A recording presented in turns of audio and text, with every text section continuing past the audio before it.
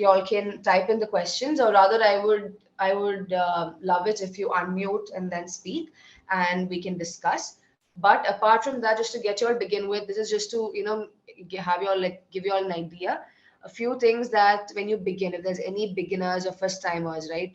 People are applying for the first time, this is something that you can keep in mind now that the now that the portal is about to open. A few reports that you have to order online. If you've taken ADAT, then your evaluations, your TOEFL score, your INBD score, or your NBD score, whichever you've taken.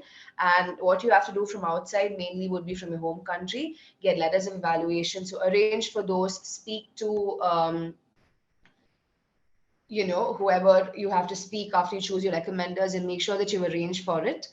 And not wait for the last minute. And also get transcripts from your school, because a lot of schools might require you to send sealed transcripts from your school. So for that, it's better to, you know, get it from your college before you leave to the US, maybe, because then it's going to be really big hassle to get it. So this is just a little preliminary introduction for you to keep in mind. Apart from this, we'll directly just jump into the Q&A, since we have, like, say, another 40 minutes. So let's get talking. Dr. Leena is fully joined us now, so she's here as well. Hi, Leena. Hi, guys. Hi, Flynn.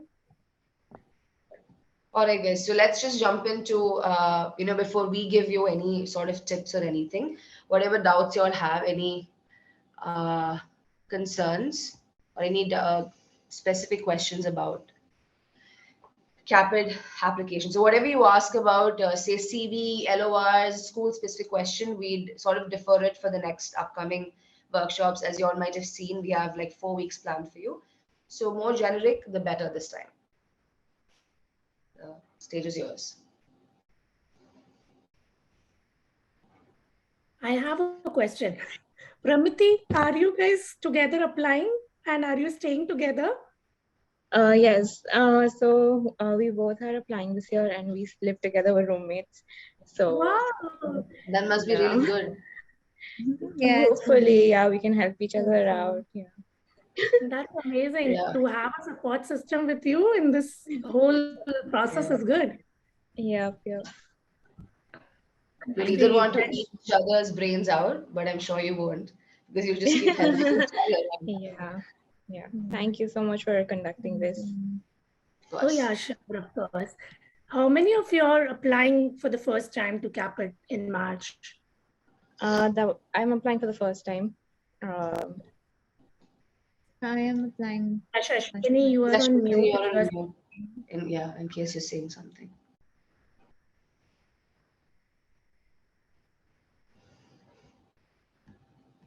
Flynn, actually, I can stop. So sorry. Yeah. I was just replying to some other person and it felt like I was talking. I'm so sorry. Yeah. Okay, I'll just stop sharing that. Okay, if you all don't have it, I don't see any questions coming up. Anyone any questions? Guys, can you please come on the camera? I'm so sorry. Can you all come on the camera? I can't see any one of you. And I really want to meet you all. I want to see your faces. I want to know who you are. I just don't want to. Yes, we could start the questions if it's all right.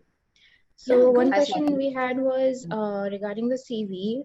If we have any ongoing research that has been submitted to a journal but not accepted or published yet, is it all right to put it on the CV?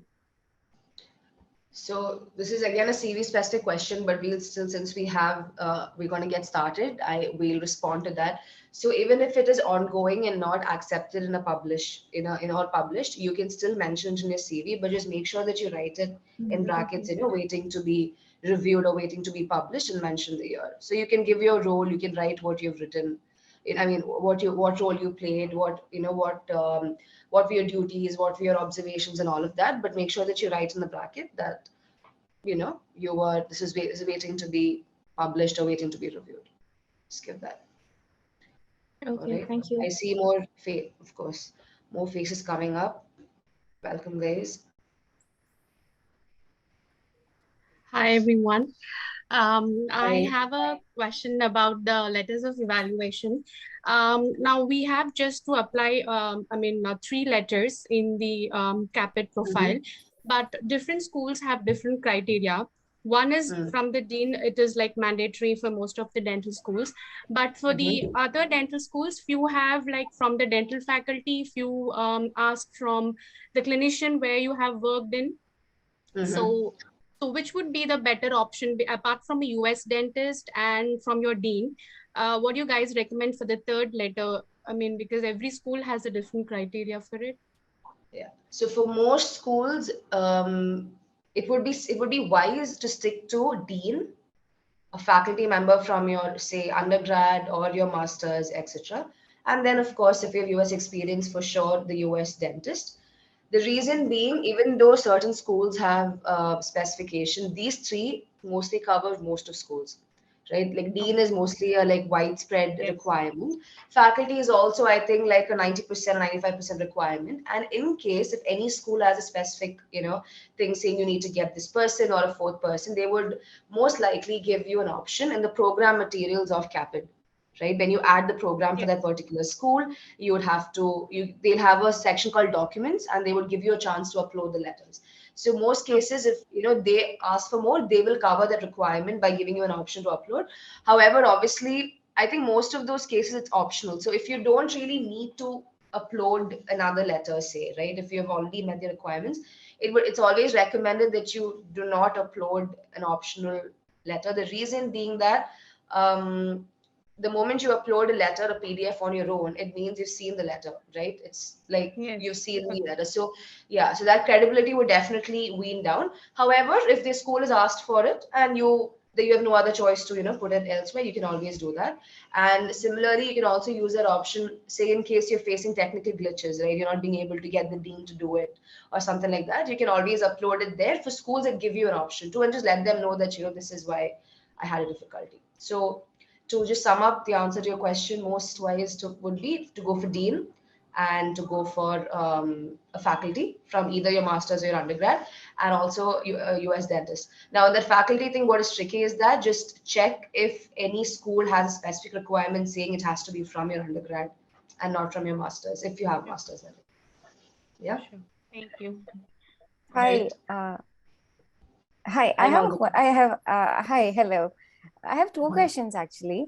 So one is regarding like how Swati just asked regarding the dean's LOR. So my dean, he's the ex-dean right now, and he's a professor in the same college. So is it mandatory that it should be a dean sealed and signed LOR, or it can be from an LOR from the dean who was in holding the role when you were in the college? That's my first question. And sorry. The second question is like, how many extra transcripts should I be keeping in hand before I start applying to the school? Suppose I'm applying for 5 schools. I'm planning to apply for 5 schools. So just on a safer side.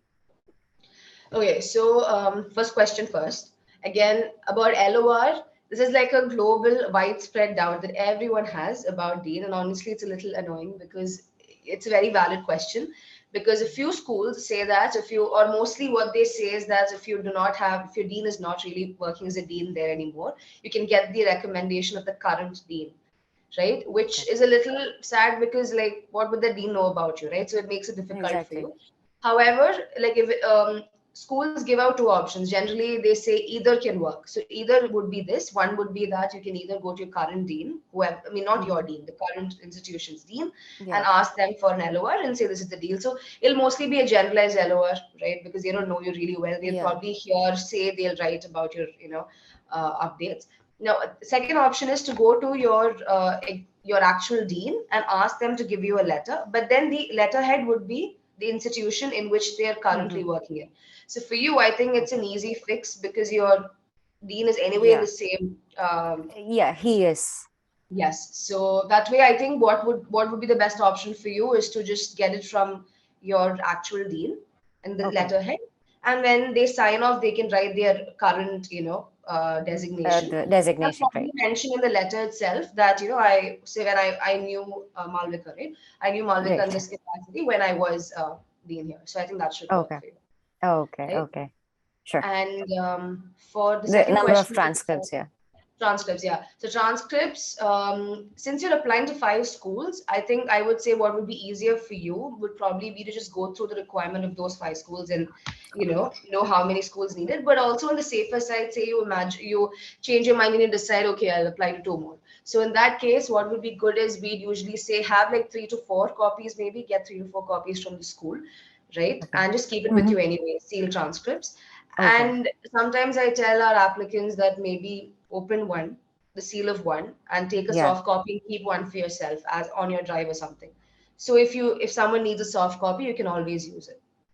So that is just So for your, the schools would be okay, like if it is not in the sealed packet, like if I'm no, setting a certain soft schools ask that in the program materials, I think 1 or 2, right, Lena? That might come up in certain schools. So if they do, then you can use it. That's all. Schools like Minnesota, Malvika, then LLU, they ask for your sealed transcript copy. Otherwise, most of them ask you to upload. So have one unsealed copy with you, so you can just scan it and upload. And 2 or 3 should be good. Okay, okay, yeah. Thank you so Yeah, much. actually, It's she's right. sorted. Those 2 schools are the main schools that ask for. But again, LLU asks for it to be mailed from your school directly sometimes, I think. So that is also something I think all of you all are applying to LLU, just keep in mind in case, you have to think ahead. Yeah, so LLU needs your EC, WES, and school transcripts, all of them. Okay, okay. Thank you so much for that. Of course. And Alina, you're right. Aditi, hi. I remember you from the group and I also spoken to you. And Akansha, that's okay. You have given a question. I graduated in 2020 and only received 1 interview. It wasn't accepted, but now have not done any master's course. And I'm confused as to how to improve my application. Okay, Akansha, to give you a comprehensive answer for this, I think it would be lovely if I can take a look at your profile as a whole, because masters is not really the solution, doesn't have to be the solution rather, for you to get accepted or anything. Masters generally, I'm talking about a very generalized situation, right? Without knowing your profile, masters and say a preceptorship or a course or something in the US would make more sense if say your GPA is very low, right? If you've gotten a low GPA or somewhere where you need to show the committee that you have that academic strength to sustain a curriculum in the US. So that's when generally a master's is preferred or would probably give more value. So that is, again, like I said, a very zoomed out suggestion. But apart from that, of course, I think more than that, what's important is, are you interested? If you're interested to do master's, say in public health or something that interests you in the US, of course, go for that. But apart from that, it shouldn't be like a go-to solution. You should try, I think, consider all the factors in mind, like your circumstances, all of that, of course, and also how your profile looks in general. If not masters, things that you can do is just diversify your profile anyhow. Like, if you're interested in research, do something in that. Or if you don't have volunteering in your CV in the US, do more of that, right? Volunteering is definitely a must to show that you mingle with the community, you have a diversified approach. Doesn't have to be dental, it can be anything. In the US, try and look out for these multiple options that you have. So you can do it through various ways, but masters can be an option, but see how it fits into your profile. If you want us to look a little bit more, you can email us your profile and maybe we can just take a look and talk to you. So you can reach out to us if you need that. Lena, can you put in our email ID on chat? Coach. All right. So I hope that answered your question, Akansha. And I think I remember talking to you as well, Akansha. So hi. And Sushma, hi. Yes. So do we need more dental school transcripts after EC evaluation is done? So yes, for some schools. As far as CAAPID is concerned, no, EC is done. That is all right. But certain schools will ask you for transcripts. Now, where can you find that information? Either go to the school website, right? They would have it there under the IDP or in international program tab, or you can check the program materials under CAAPID. So go add a program into your application, and if you go check the supplemental requirements, you'd see it there. I would suggest you check both website as well as program materials, because sometimes program material information may be probably a little shorter, or you might just want to check both to make sure what they are really asking for. What is a low GPA? That is what Akansha is asking. So low GPA, I think, is again tricky question because I believe it's mostly considered a little like country bound, because in general, like say for example, because I come from India, that's what I hear more. India GPA, tends to be a little higher. So maybe in that, so that's how it is sort of considered. But I'm going to let Leena answer this more specifically so that she can give you all a better understanding as to about the numbers or grades and specifics, since she's applied herself, like a 3-pointer or a 2-pointer or something. Yeah, so I would say no GPA is low. So if you're from India, I assume you're from India, Kansha, is it?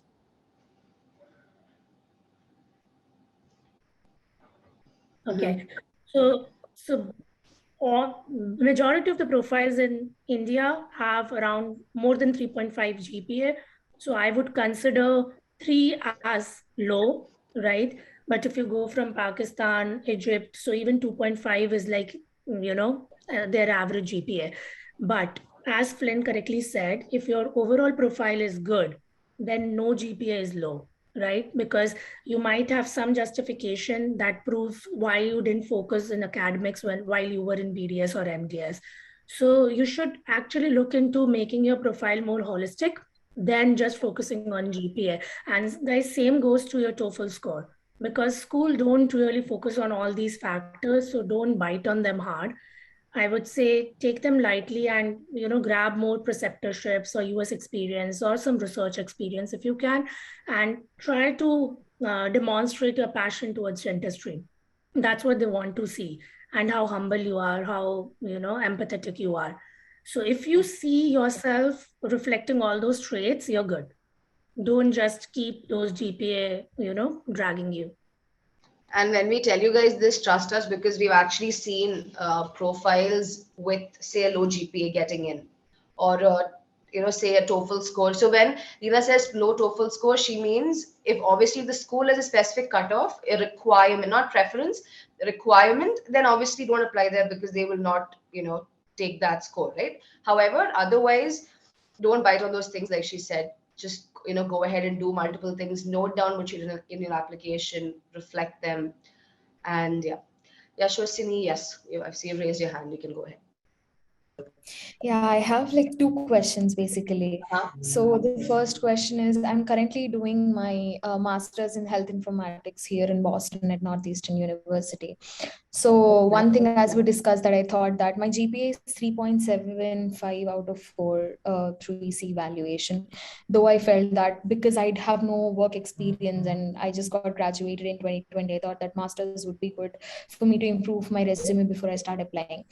So one thing that I wanted to ask is, I have been to a number of international and national conferences during my undergraduation, and I have even done in vitro and vivo studies, and that is what I've presented. But unfortunately, I couldn't publish any of the studies. So will that research experience matter, or will it be on just paper if I don't publish it? No, like I said, you cannot put it in the publication part of your application for sure. However, if it is a research that you took part in, like say an actual research project, it can come in. So under the experience section on CAAPID, there's a drop down that says research. So you can put it there. Now, however, say it was not a research, it was a another kind of study that you did, which doesn't really involve research, then you cannot put it in publication also.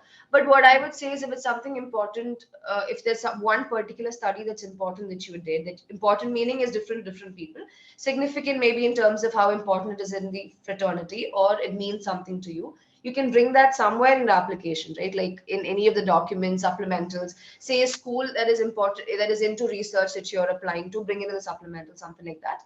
And if not a specific project, you can just write holistically somewhere in your application that, guys, I'm into research, I've done a lot. So that's how you can let them know.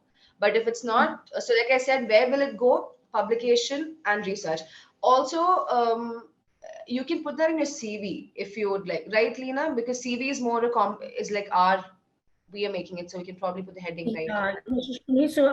So if it's like a very good study, right? Sometimes you make a microscope in pen or something like that. So I would definitely want you to put it somewhere in your application, and not many schools actually require CV. So put it under research, or you can also include it in your SOP somewhere, that how you were motivated to do that. If you don't get a chance to include it anywhere, then there is another column, other relevant information, right? Or yeah, a few schools have supplementals asking you, did you face any challenges or what are your strengths? So you can mention somewhere in your application. And I would advise you to do that over putting it on the CV, because not many people do that, right? Yes, yes. And there's actually one more question, as you said, that CV.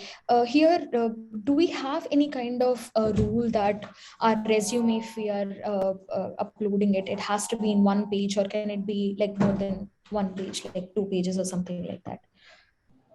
It's more of a best practice to keep it to 2 to 3 pages. Some people even say 4 is acceptable, but don't go beyond like say 4, 5, that's too long. However, certain schools, like if I remember right, UNC and UOP, I think, they have specific format, and they also say in there, and I think CEO also, they say do not exceed these many pages. So make sure you look at the requirements. If a school says don't exceed something, then do not do that, because you don't want to, like tick them off. And also, if they've given so many specifications for a CV, it might mean that they will take a look at your CV. It can mean that. So don't, so if they've given a requirement, go as per that. If not, say like 3 to 4, like is fine. But like say 3 is good, I would say. But again, we have seen applicants with I've seen applicants with 5-page CVs get in. So it's not really a conclusive. There's no blueprint when it comes here. But all you can keep in mind is like what can you do the most to not irritate the reader and the company? Yes, there's one last. Sorry. Just to add to Flint's point, so most of the school will have a limit of 4 pages. So if you want to generate a CV that is universal to all the schools, keep it to 4, and don't mention all your CE courses in there, because if it would have been such a great focus, it would have been a part of your CAAPID, right? Yes. So mention more of your hands-on experiences, and you can demarcate it under, say, implants, these many CD points you took, right? Restorative dentistry, these many. So that would help. And also we have another session, right? I think it's next to next. That's just directed on CV editing, how to write it. So you guys can join in to have more perspectives. Okay. There's one more question, if you guys don't mind. Yes. So I haven't started with the process yet. This is like my first year of MHI that's going on here. But I want to start with the process as soon as possible. So there's one kind of suggestion that I require, that if I start the process now in February, do you think that by the first week of March, I obviously cannot start with the CAAPID cycle, but can I apply a little late? Will there be chances, or it's better that I don't apply at all? I'm going to not let you finish the question and just say, of course, because yes, I mean, for sure. So obviously apply earlier, the better. I mean, that is the general notion. Of course, that's the understanding. And rolling basis schools also, you take a look at that. So if you have any school that you really, want to apply to, you can take a look at that. Having said that, it's also true that schools that say they're on rolling basis sometimes do review your application till the end, last day.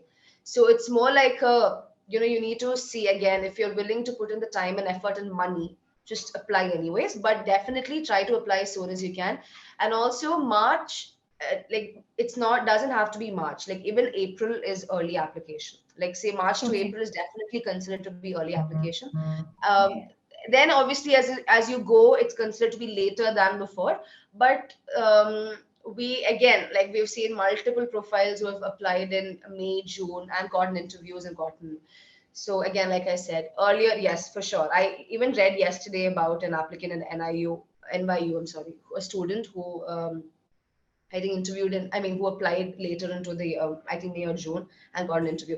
So this is definitely there, but try your best to do as early as possible. So maybe for you, what you can do is, if you probably don't have the time to really dwell into your application and write it and all of that, do once March 8th, begins, start the other things on the side, like, reach out your recommender, informing the recommender, arranging the letter, getting the transcript. So those things, or ordering your scores on CAAPID, right? Because that one report may take 10 to 12 days, working days. So those things just keep doing on the side, keep a check, have a checklist and check all of that off. And maybe the actual writing you can begin once you're done with once you're free, and then, get those things started. So that can be some way that you can just try to, push that in. But definitely apply. Like people who applied last minute to CU, I'm just giving you like an example just to give you all perspective. Colorado is considered to be, on rolling basis, right? But then we know applicants who have applied like last month, if they are, like say now, Feb 18th is the last, so last cycle, who applied in the last month and who got interview invites and eventually got accepted. So it happens. It can happen, especially with schools who review until the last minute, which CU is one of them. So, just the one thing that's holding me back for the whole process is the me not having like work experience. For a moment, I feel that maybe I should have taken some work experience there back in India and come back, because that would have counted. But then we had COVID too in 2020. So I feel that not having work experience is like one thing that is. Do you have any in the US? Any shadowing? Do you have any in the US? Yeah, I've started though, but there's nothing much that I can put on like for a month or so. I can't. It won't have a value, right? No. You should put that, right, Lena? And even 2 months, put it on your. Yeah, so even 2 weeks for that, Yashashwini. Exactly. So, okay. So one thing I want to make clear to all of you, if you are getting delayed in your applications because of some process, like you are building your profile, it's okay.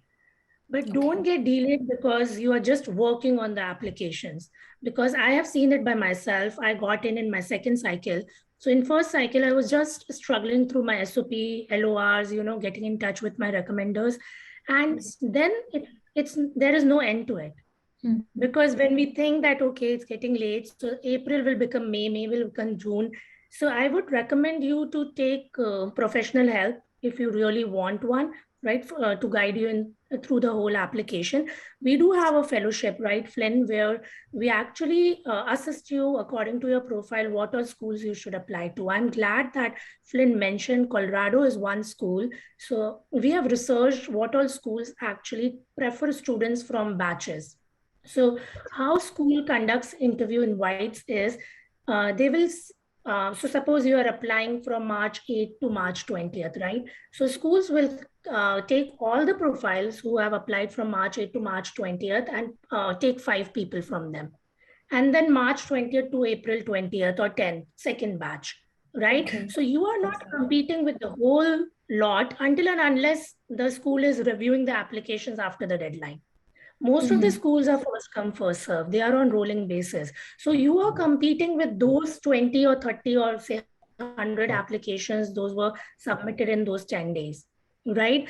So it's very, very important to see and, see into those statistics, what schools prefer what kind of students and from what batch. Like Colorado is one that prefers students who apply in November, December. So even applying to those schools very early, this is a very secret information I'm giving you. So even applying to those schools very early put you at loss, right? So dig in a little bit, talk to the inside candidates and know, what school is actually looking into. So that again, I'll wrap up my answers. So you can apply to any school at whatever time. Don't just hold back that now it's April, so probably it's too late. We have actually made a video for Colorado as well. We have seen people getting into Colorado who applied 3 days before the deadline, right? So yeah, but if you're applying to Californian schools, apply early. All the Californian West Coast schools, they are on rolling basis. Nebraska, then these early schools, right? Tufts and all those, they actually finish their whole process before even the deadlines are met. So they'll not even see your profile. There are chances, right? So you can do that. Thank you so much, Dr. Lena. Sure. Yes. And Sushma, is online preceptorship considered a good chance to make profile holistic? So it's a very relative question. It depends on what kind of profile you are bringing in, right? So if you have a lot of US experience or some publications, then it doesn't hurt to have an online preceptorship also. But if you don't have anything hands-on on your resume, then I would say don't put your money in online preceptorship, because it's not actually a good experience to have. People want to know if you have experienced the curriculum, if you have experienced the academics, if you have seen how dentistry works in clinics here, how insurance works, right? The whole healthcare system. So if you have all that, then yeah, do online preceptorship to have academic experience. Yeah. Garima has asked how many C credits are considered good. I mean, there's no answer to this. How many ever C credits are considered to be good.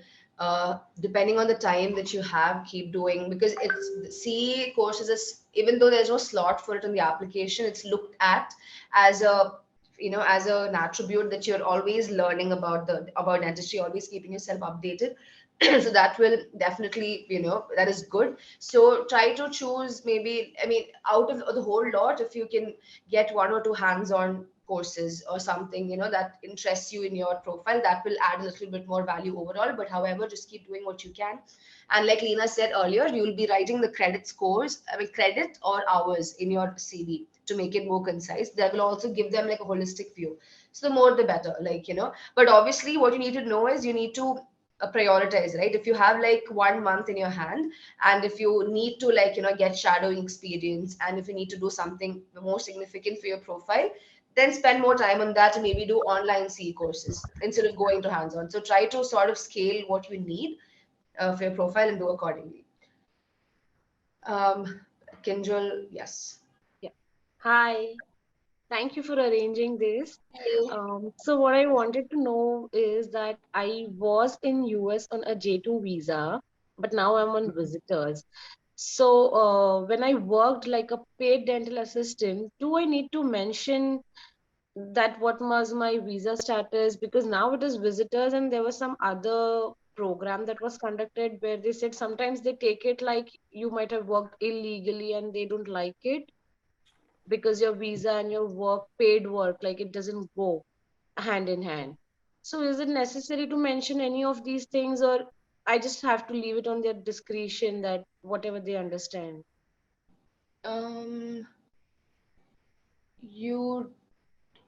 I think, I mean, there is a slot in the visa tab that you can mention information, but this doesn't Yeah, sound. so that's what. So in that visa, definitely right now I'm on visitors, but technically you can't be a paid dental assistant on a visitor's visa. But that was my previous visa status. But it was your before visa. Yeah, Angel, I want to ask you, and that was J1, so you cannot it was work on J2. J1 as well. Anyhow, you can't get. No, So, you can get an EAD on a J2. I was on a J2. so if you have secured that experience under a legit visa, then it's Yeah. okay to mention it.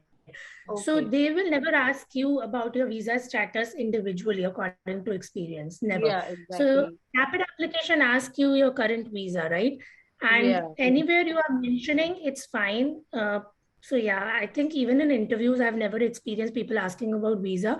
But even if they do, you can actually justify that you were on a legit visa when you did it, and now you are on visitor visa. So Yeah. that's So absolutely fine. Don't leave it to discretion. my Which state were concern you is that in? I can explain it, but when my application goes, there's no space to mention anything that when I worked as a paid dental assistant, it was a legit work and not something illegal. I mean, So yeah, I so just heard from some other program that the Synergy program conducted by the Michigan school. So that time they mentioned that, yeah, sometimes the admission committee will just see and they might have a wrong impression that, okay, she's done a paid dental assistant position. And so it might be illegal. That doesn't go with a work visa, like your visitor visa. But there's no again, space to so mention when anything you of are this.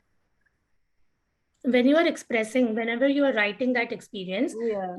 it doesn't take much character, right? Like you can mention it on my legit visa on J2 EAD. I secured this experience. Experience, yeah, I can do right? that. So that would make them the whole situation very clear to the committee. Yeah. And one more question, which I doubt, I mean, I wanted to know if University of Las Vegas, UNC, do they accept or do they even invite students on visitors visa? Oh, that's a very analytical questions. I have to go back And and if you check have our any document. sort of insight, Yeah, even I'd have to go check that specifically. But like Lena said, the fourth workshop that we have in the fourth week is school specific. So back then we'd probably be able to answer you better. UNC, I think that's a yes. Sure. Yeah, I think UNC doesn't, but UNLV does. But just let's confirm. But still, we'll actually check our documents and we'll get back to you. Okay, yeah. Thank you. And how many schools approximately should we apply is considered like good? Like, I mean, I know as many as possible, but then... Are you on visitor visa? Sorry? Are you on visitor visa? Yeah, now I'm on visitors. So I would say apply at least 14 to 15. Okay. Right. And then everything is dependent on what's your budget, what location you are preferring, and other things. But yeah, visitors keeping your personal circumstances aside, apply to, I mean, take care of that, of course, that only you can know. But the more schools you sort of, put into the pool, the more probability you'd have. So give it your best. And I have one last doubt, that because I've done my master's in orthodontics, I mean, much of my work experience after my master's goes towards orthodontics. So should I try and present whatever little general I was doing apart from ortho, or like my publications or whatever it is, it's more of ortho, my clinical work was ortho.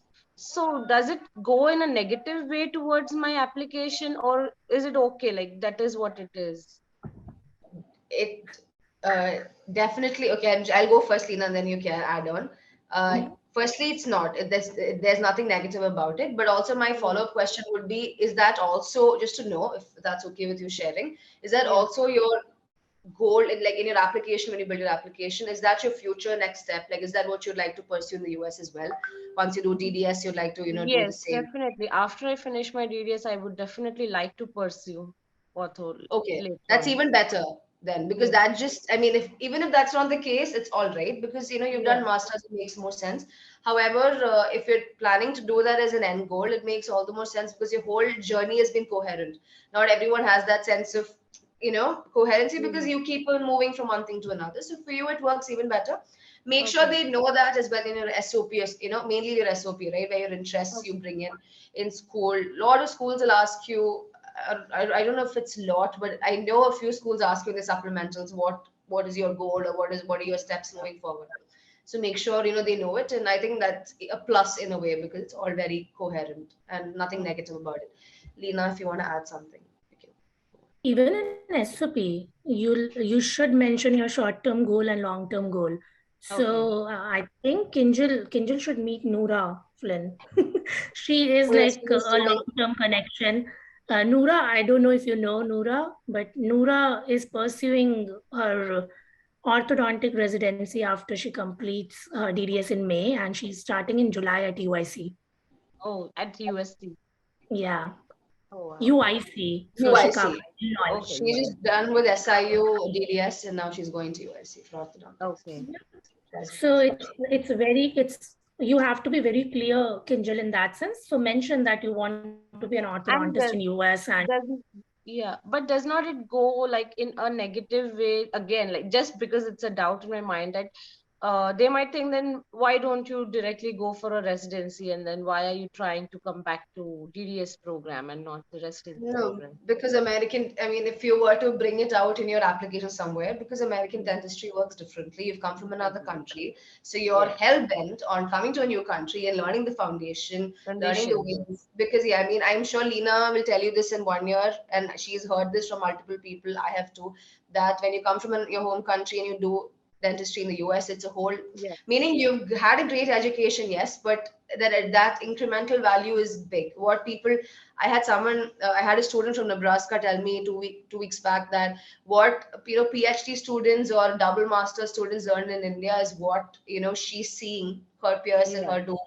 So that is why you want to do it, and then you're gonna. So if you have that doubt, I would say it's always good to make it clear, like Lena said, use words in your application and say this is why you're doing DDS. Always go to justify why DDS, right? So in your SOP, when you conclude in your concluding paragraph, you always say why you want to come to US and do DDS.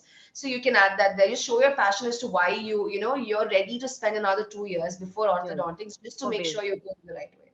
So bring that color out. Just bring your emotion out into your application. Yeah. For sure. Okay. Thank you. I'm not sure who raised first, Malvika or Pramiti. Malvika, you can go first, and then you go to Pramiti. Because Malvika. No, I can wait. It's okay. She's been waiting for a long time. It's all right. I have already asked my questions. I'll wait for my turn. Thanks, Pramiti. And I forgot the other person's name. I'm sorry. Prerna. Hi. Prerna. Hi. Yeah. Thank you, Malvika. I had one question. I had seen the application last year, and I see that when we enter our experiences and volunteering and everything, there's a section where they ask you about details of the supervisor. Yeah. So there are a lot of things that I did during dental school, like maybe orphanages or oral health checkup camps and such, which were short-term experiences. I don't really have the details about the supervisor and stuff, so I don't know if it looks okay if I leave that empty, or what I can do in that case.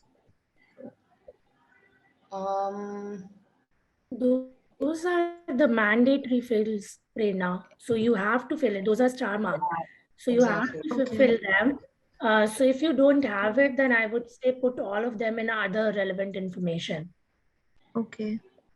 Right, because they want to know whatever experience you have taken, how well you went with your supervisor. And same is the reason for recommendations, right? You need to upload your recommendations every cycle, because they want to know if you are in touch with your recommenders or not, right? So I would say if you are not in touch with supervisor, put it in your resume and other relevant information. Okay, understood. If it's a very important experience, you would, I'm sorry, Pramati, just a minute. If it's very important information, you would have, experience, you would have their contact anyway, right? Like I do, yeah. But little things like maybe weekend camps and maybe like month-long programs that we had for volunteering and such during dental school, I don't really have the information because they were not directly affiliated with my school, and they were just random places. So just the short-term ones I wasn't. Something really special to you, and for some reason you want it to come and is important, then try to find it as much as you can. And even if it is like not your direct, Lena, even if it's not your direct supervisor, and if you get a contact from there, I'm talking about significant experience, if you really want it to be there, and if you contact them, you tell them, I think that can work as well, right? Yeah, because so not many countries have supervisor, right? So there are camp coordinators. So if you have those contacts, definitely put it. And if you have phone number, their name, it's fine. I think address is not the mandate field, right? Email ID is also not the mandate field. The name and phone number is mandate. So you can add in, but again, like if you have a lot of community experience, I would say summarize it in 2 or 3 max. Don't, make your application full of those experiences. Prep for long-term experiences more than, just weekend and all those. Right. So do you think it's, sorry, go ahead. And also, mention US volunteering more importantly. Right. Okay. Also, do you suggest not putting these smaller experiences under the experience tab and just summarizing it in other relevant information?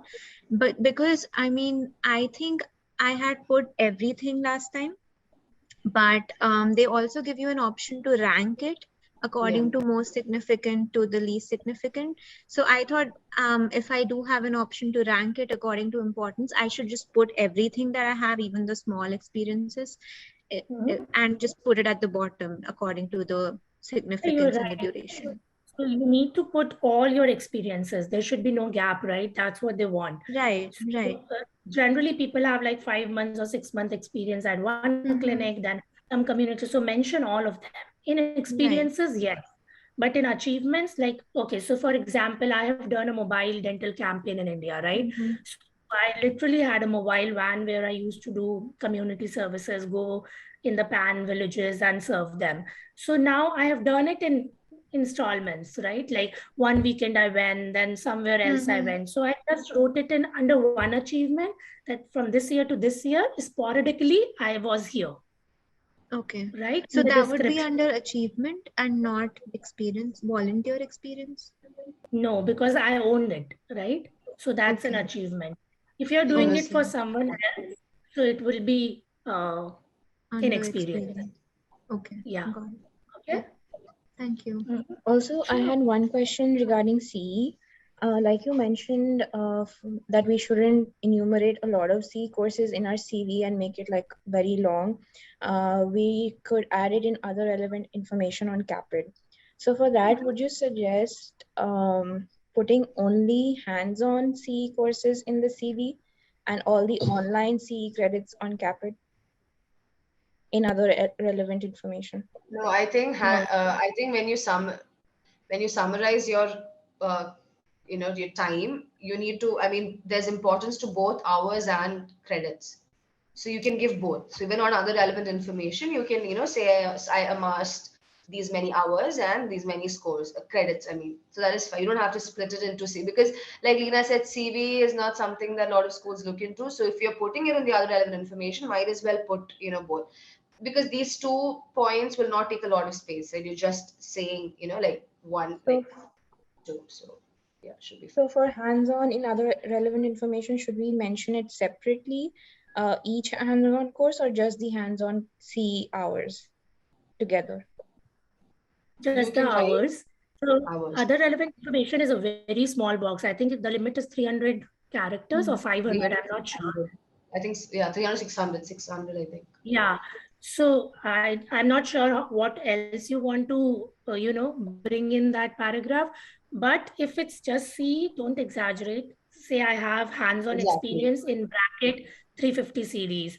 I have online in bracket, you can say 200 CDs, right? So don't name them there. In CV, you can mention it. And again, when I said don't mention the names and everything, I meant if you have too much to provide in CV, right? But if you are a fresher and you have taken all those CDs, that's an achievement for you, right? Because that will show passion towards dentistry. You cannot build on your clinical experience. Probably you had 6 months, 5 months experience. So all you have got is Cs. So then you can mention, right? Like the topics also. And I would prefer always mention US CDs separately than Indian CDs or any other country CDs.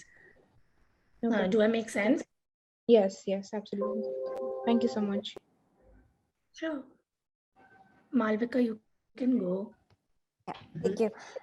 So again, I have a few stuff I've written down. So as and when people are speaking, I get neared out and I'm just writing it down. So the first thing is... Just a moment. I'm going to interrupt you for just a brief moment. Yeah, so guys, totally.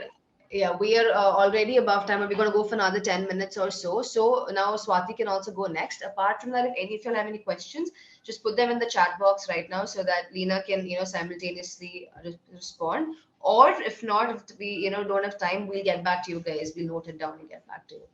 Okay, yeah, go on. Also, your weekend meeting next weekend, right? So. Oh yes, we also have the next workshop. Okay. So yeah, the main thing that I wanted to ask is like, how do I choose the schools? This is my first cycle. I have not started with the application yet. I have not gone through the entire CAAPID site yet. I have just gone briefly through the schools, the details, whatever is given in the CAAPID directory.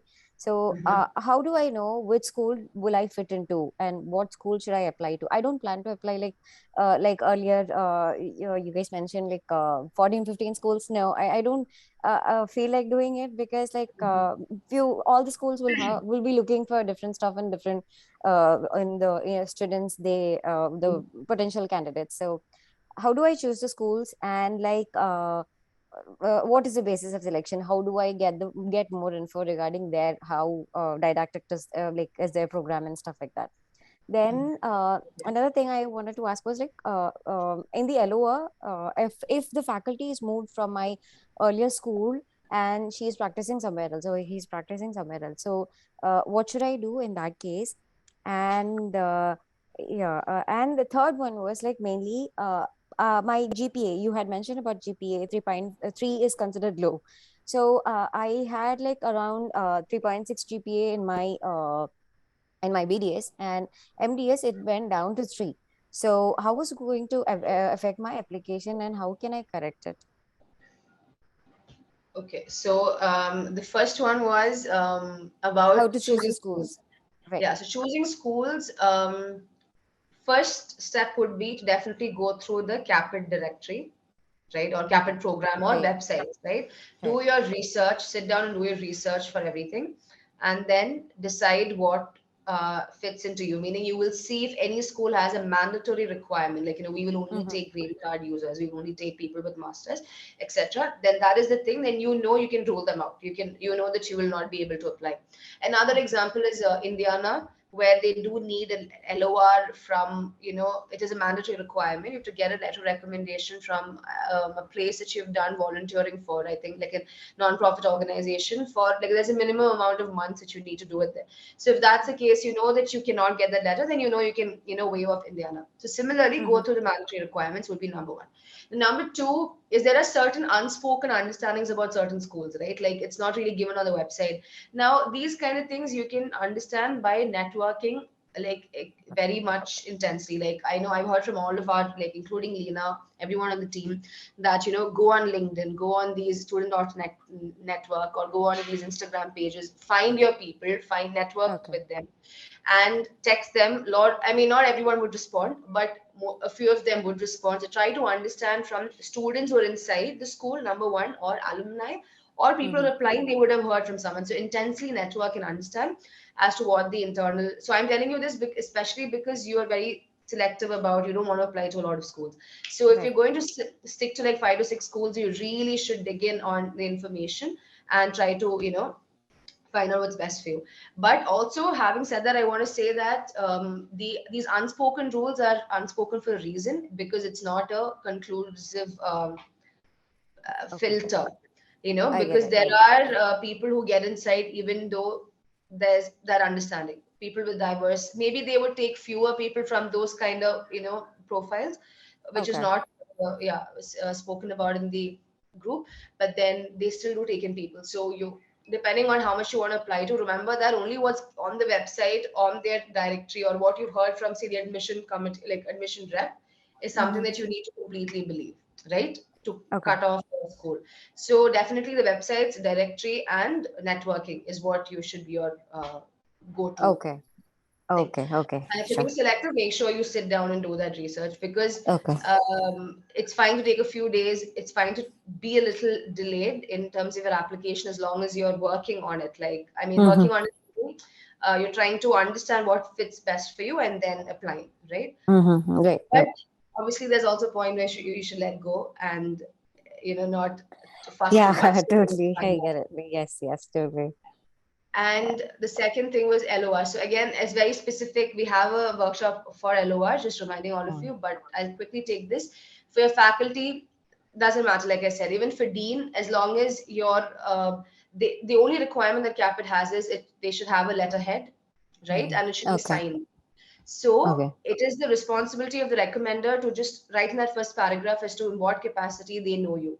So even if that person is not really the faculty of your college anymore, maybe they're using a clinic letterhead, let them write how they know you, right? That should always be the letter letter of recommendation. Okay. I knew Okay. Malvika in this capacity for since 2010 or 2015, and I've been mentoring her since or whatever. So they need to know how the recommenders know you, and if you guys have been in touch, even better, bring that in as well.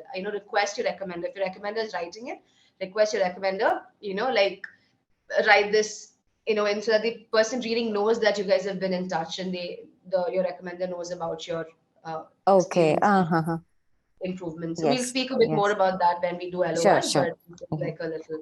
Yeah. So like I said, let that person use the letterhead of the current institution or clinic that they're Okay. affiliated with.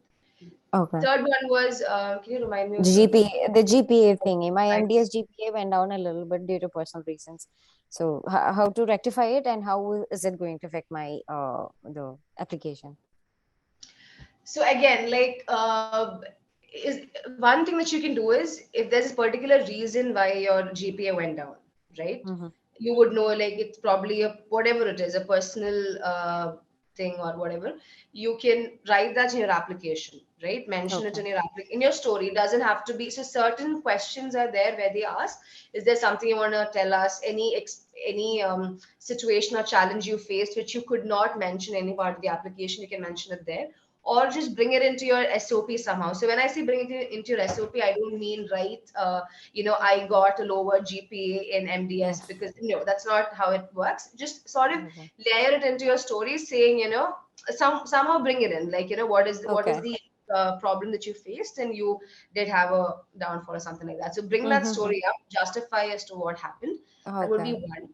Number two would be obviously doing other things, like making sure that you do things in the US, right? Once you've gone to the US, be it volunteering, be it shadowing, and all of that, just to make sure that you show them that you that you're keeping yourself updated.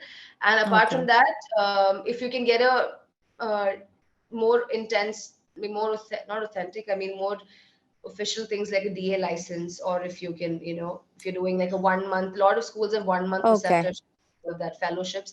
But this is again, like Lena said, more worth your money if it's on site than online. I get So it. if you find programs, it can show them that you have actually gone through even if it's a short term, you've gone through a curriculum. Right. So I think this is how you can do Okay. it. And So yeah. I'm sorry. No, Don't no, worry no, about please, how please it carry will. on. I'm so sorry. I'm just going to finish this line. Don't worry about how it will affect your application, because the only important thing is to justify it, right? It's all right. Okay. Just what has happened in the past. So justify it, move forward, show them how you've gotten better, and you can go now. You were saying. Okay. No, I think I lost it too. It's okay. It was just, I think you covered everything. That's all right. Okay. Swati, you can go next. Yeah, my question is, we have the licensure section in the CAAPID profile. So one thing we are going to add is our dental degree. So is it okay to add the dental assistant license if you have like the certified CDA? Is it a good idea to add that too in the licensure section? Yeah. And Yes, how about Lina? the BLS and the radiology thing, like the basic life support? Is it a good idea to add even those? Will that go in certification, Lena, Yes, rather yes. than license? The certification. So dental assistant license will go in the license, Licensure. right? Even RDH will go in license. Basic like life support can go in certifications. Okay. Right? Okay. Yeah, Shashwani, you need to talk to me, okay? Call me after this. How shall I contact you, Dr. Lina? Yeah, is there any way I can contact you, Dr. Don't stress Lina? yourself so much. Yes, yes. Yeah, sure. Like I've left an email ID, right? So you can email us there. And also, yeah, I'm quite active. Wait, my internet connection is. So I can leave a number as well if you want.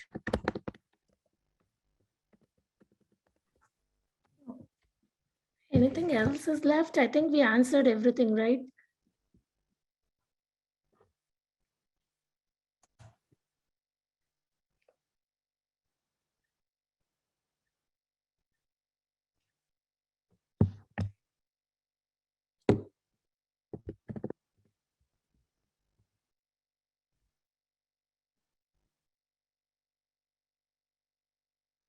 Is anyone speaking, or am I the only one who? Flynn, you are No, on I mute. feel mom has muted her. Yeah, so that's the reason I cannot hear anything. No, it's Flynn. Yeah. Okay. All right. Fine. Yeah, I was on mute. That is, yeah, that number that Lena's mentioned, that also you can reach out to, and we can just we talk to a lot of dentists every day, Yashasini, just to hear you guys out and just to understand your profile and to help you out. So you can just give us a call and understand further, whatever you have to know, and that's great. So note down the number and email ID, guys. Lena, what I Yeah, was and all trying to that. Mhm. go on. I was saying all that consultation is free. So you don't Yeah. have to wait for workshops like this. Just give us a call and we are more than happy to help you and assess when should you apply or what extra experience should you add. So yes, Okay. it's a US number. The US number Gabby, +1. +1 USA. Sure, Pramiti, thank you so much.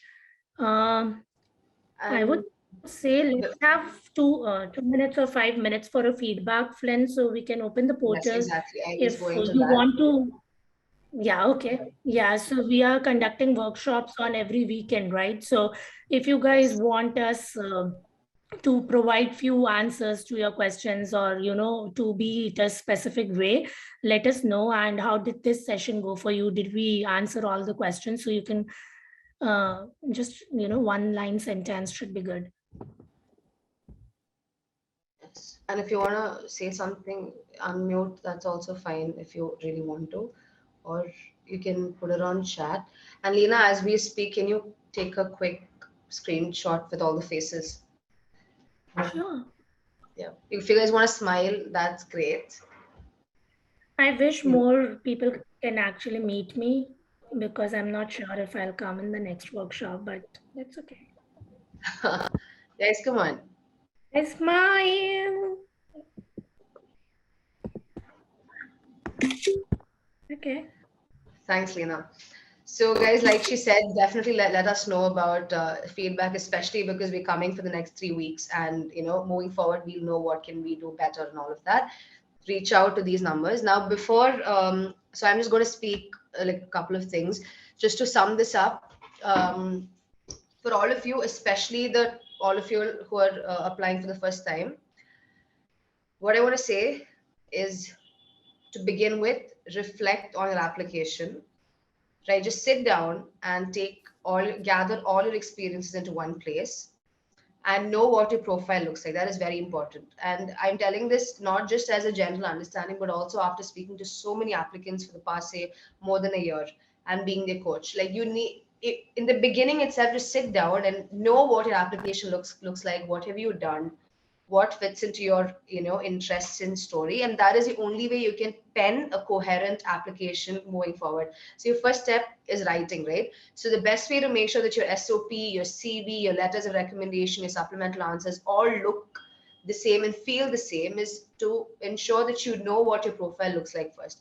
So sit down, gather your experiences, gather your memories, make sure your application is as personal as possible. So the hardest thing to do is to remember, take out incidents from the past, but do that. Speak to your peers, speak to your recommenders, get that memory sort of running up and running. And if you find one or two incidents that you can bring right in your SOP or your letter, I mean, if you can ask a recommender to write it in their letter or your supplemental answers, it will help so much. You want them to read your application and think, hey, like, I know this person. Like, it's not the same as the one that I read the last time. So that should be your goal. And always make sure that you get someone to at least take a look at your application, I would say, before you move on. So this is, again, there's a line always, right? Do not like ask 10 people, then get 10 sets of feedback and then lose your mind. Don't do that. They just know where you stand, right? Some of you all may just maybe like good writers, have good clarity of thought, so you don't have to really take professional help or take anyone else's help. Write it yourself, get someone to read it. It can be a dentist, it can be a senior, it can be someone who has a good grip on English, anything, or know what the schools want. The next step would be, if you're someone who's like, I can write it, but I'm not really sure if I'm hitting the mark, then you write a good draft, get someone's review done, and then, you decide if you need to go forward or not. And if you don't need any of this, if you're just like, I don't know what to do, then definitely go ahead and get professional help. And then, get them to review your application or get them to help you out. And whoever's help you take, including ours, even whoever comes to us, this is the first thing that we tell them, that idea has to be yours. Like, we help you find the words, we help you write it, but then your emotion, your ideas, your memories, you have to be a part of the application. Make sure you're there in the work, in the process, right? That's very, very important. And so do that. Make sure you know what your application looks like, and just start off now, even if it's a tiny portion, so that you will not feel overwhelmed in the end. And reach out to us, like Lena said, if you want us to review all of that, like hearing you out, looking at you, it's all free. We'll just give you our time. If you want to do something further ahead, of course, then you can take a look at our services and see how that fits in for you, and then take a look. I just want to mention the fellowship again. Like Lena said, that is something that we do, where we provide A to Z mentorship for you, and talk you through the process and help you at every stage that you want. So that is something that you can look into as well. And you would keep talking to us. We would give you guidance on every step, not just in writing, but also just in living the application itself, because we know it can be a hard process. We have seen all kinds of emotions come out when you're doing the application. So know that we are here if you want to talk. If you just want to talk and vent also, honestly, just give us a call. Okay. Where can we get the details about the fellowship? We will send you the link. I've attached the link. Oh, amazing. Lena's already sent it. You can take a look. Apart from that, if you want to know more and just understand and talk, you can reach out on the number. Yeah.